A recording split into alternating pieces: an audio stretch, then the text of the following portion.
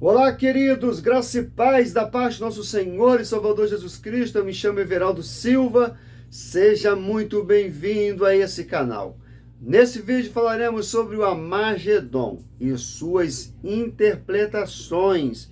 Sabemos que existem diversas correntes escatológicas a respeito do Armagedon.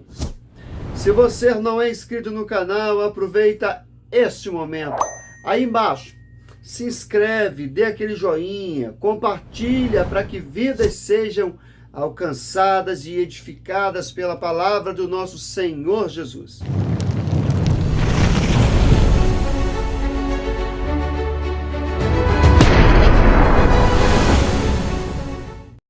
As diferentes interpretações sobre a batalha do Armagedon. Como se sabe, existem diferentes correntes escatológicas. Isso faz com que haja várias interpretações diferentes sobre esse assunto, de modo que seria muito difícil apresentarmos aqui todas elas. Portanto, nesse vídeo, consideremos apenas as principais. De modo geral, os pré-milenistas defendem que a Batalha do Armagedon será o evento que procederá imediatamente à volta de Cristo, para instituir na terra seu reino messiânico. E nessa batalha, o anticristo será derrotado, os ímpios serão destruídos e resultará também na prisão de Satanás por 1000 anos. Alguns pré-milenistas que entendem que o nome Armagedon é apenas uma referência simbólica acerca deste evento final, ou seja, não necessariamente exigindo, né, uma localização literal na terra de Israel. Outros, por sua vez, entendem exatamente o contrário. Isso é um cenário. O cenário será Israel. Embora a proporção da batalha seja mundial, para este, na ocasião, Israel estará cercada, literalmente, pelas forças comandadas pelo anticristo. Vale lembrar que dentro do pré-milenismo existem várias ramificações, sendo o pré-milenismo dispensacionalista o mais conhecido entre nós cristãos, e sobre a respeito das tais ramificações, faz com que haja diferentes interpretações entre os próprios pré-milenistas.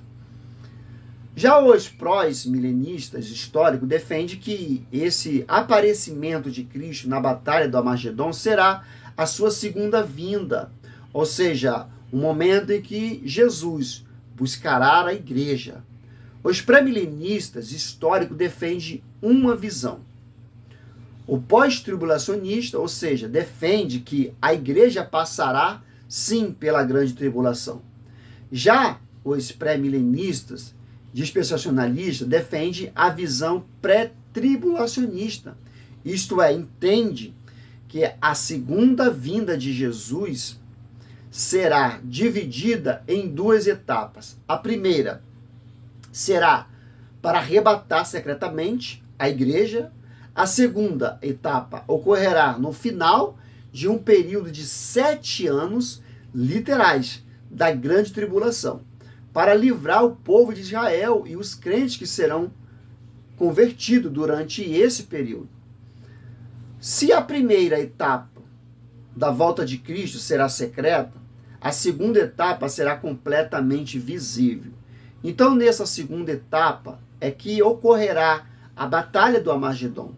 Nesse caso, tal batalha será um confronto literal do exército remido pelo anticristo contra o próprio Cristo.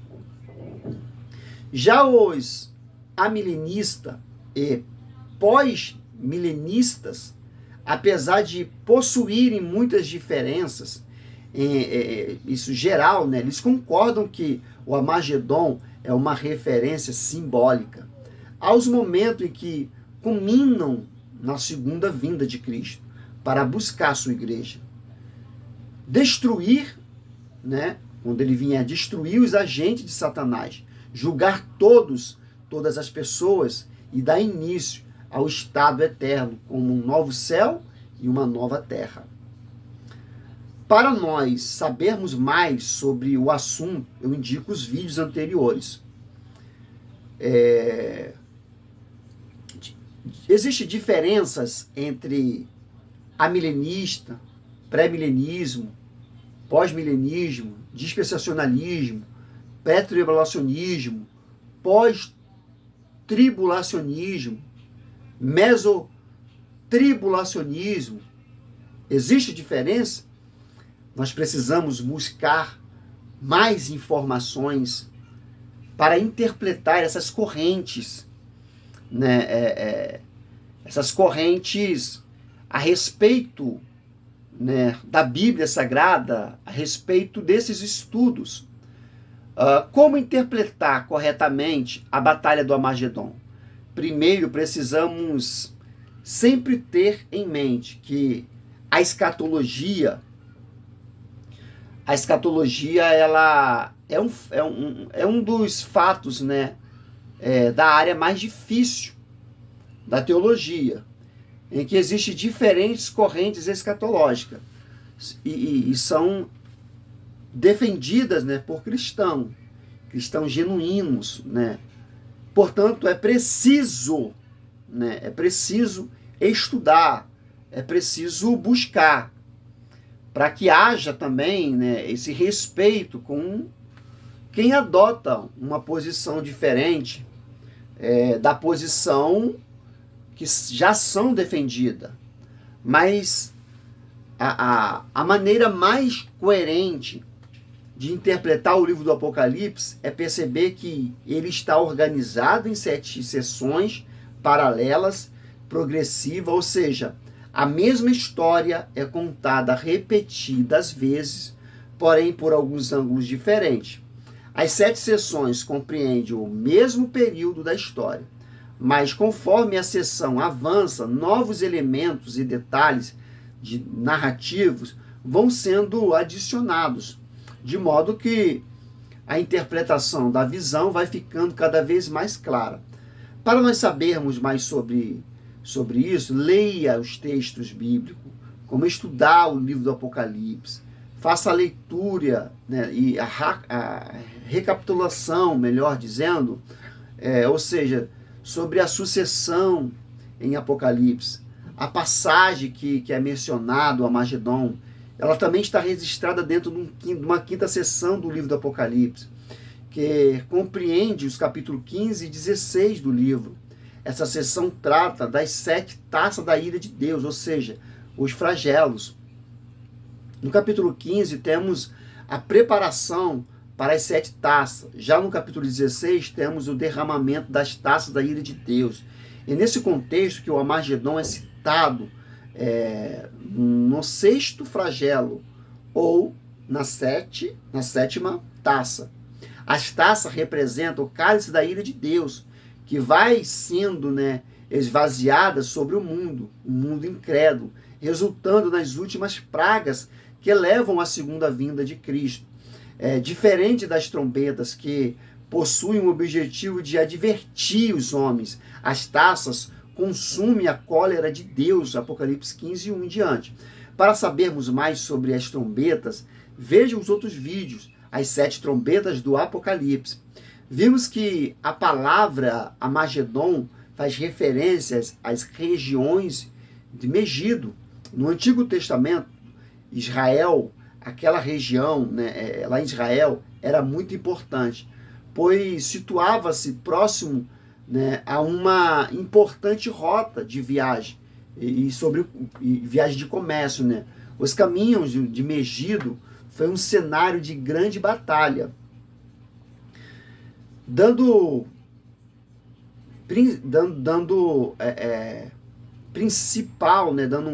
uma principal importância à referência dos livros de Juízes, né?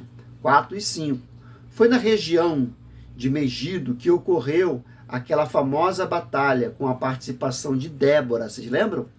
Onde o povo de Deus era muito frágil, perante o exército inimigo. Porém, quando tudo parecia perdido, sem solução, sem saída, Deus agiu de forma direta e sobrenatural, dando vitória ao povo. E exatamente sobre isso que é o Armagedon. E o Armagedon se refere a isso. O Armagedon é mais do que um lugar, mais do que uma localização geográfica. É uma verdade simbólica que se refere à batalha final, à triunfante vitória de Cristo com todos, esplendor e glória sobre todos os seus inimigos. Quando tudo parecer perdido, com a igreja sendo violentamente perseguida, com as forças satânicas dominando, né, todo este mundo de maneira tenebrosa, com a apostasia, né, operando de maneira generalizada, levando homens aos limites da idolatria e da blasfêmia, então Cristo aparecerá como um ladrão, pegando o mundo perverso de surpresa e destruindo todos os seus inimigos. Perceba que no versículo 15 do mesmo capítulo 16 do Apocalipse está registrado um aviso do próprio Senhor acerca deste momento. Satanás, diante da derrota iminente, incita os homens contra o próprio Deus. O Armagedon é o momento da segunda vinda de Cristo. É o momento com que ele vem livrar a sua igreja das terríveis perseguições promovidas pelo dragão e seus agentes. Pouco detalhe é dado sobre a batalha do Armagedon. No capítulo 16 de Apocalipse, entretanto, nas próximas sessões paralelas, encontramos mais detalhes sobre essa batalha. O capítulo 19, 21, 20 ao 7 ao 9 está registrado sobre isso. É importante perceber que não se trata de 3 batalhas diferentes, mas de uma única batalha, a batalha do Armagedon, o ataque final das forças satânicas à igreja de Cristo. No Armagedon ocorrerá a derrota final do inimigo de Deus. Embora a derrota de Satanás e seus agentes, a grande Babilônia, o anticristo, o falso profeta e os ímpios seja descrito em relatos diferentes, todos caem ao mesmo tempo.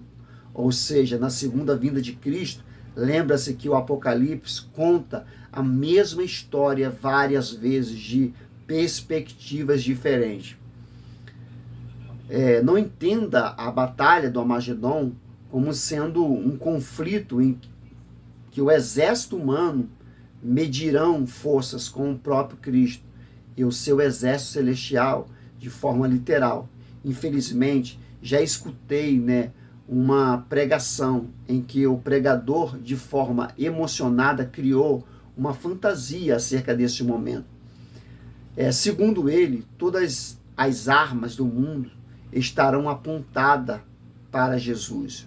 Os ataques, os tanques de guerra estarão disparando contra ele. Os aviões, caças estarão soltando mísseis sobre sua cabeça.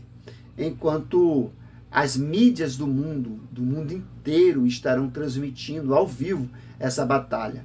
Por favor, não entenda assim. Isso chega a ser um desrespeito com a seriedade da palavra de Deus. Entenda o Armagedon como um símbolo dos limites que chega à rebelião do homem crédulo contra Deus. Entenda o ajuntamento do Armagedon como uma descrição do tamanho da blasfêmia do homem para com Deus, que mesmo diante do juízo divino, insiste com toda a sua loucura em afrontá-lo. Isso nos faz lembrar a história da construção da Torre de Babel, além de representar toda a loucura e a soberba e a desobediência do homem. Um dos motivos para a construção daquela torre, segundo o historiador judeu Flávio Josefo, era a intenção de se vingar do próprio Deus, caso ele resolvesse castigar a humanidade novamente. Entenda o Armagedon como uma referência à derrota definitiva dos inimigos de Deus e a sua igreja. O momento em que as forças do mal serão determinantes, esmagada. E entenda o Armagedon como sendo o momento em que os salvos são glorificados, como ele, todos serão glorificados com ele, e os ímpios são eternamente castigados. O Armagedon é um momento de lamento para a prostituição e de imensa alegria para os noivos. No Armagedon, a grande batalha, a grande Babilônia cai e a nova Jerusalém se levanta, estabelecendo, e preparada para, ataviada, preparada e ataviada para o seu noivo. Nota que no versículo 17 do capítulo 16 é derramado o sétimo flagelo. Se o sexto flagelo, onde é citado o Armagedon, refere-se à segunda vinda de Cristo, o sétimo flagelo descreve o grande dia do juízo de Deus. Após o Armagedon, após o sexto flagelo, na ira de Deus, a sétima taça é derramada. E neste momento que termina a presente era e começa a eternidade com o nosso Deus.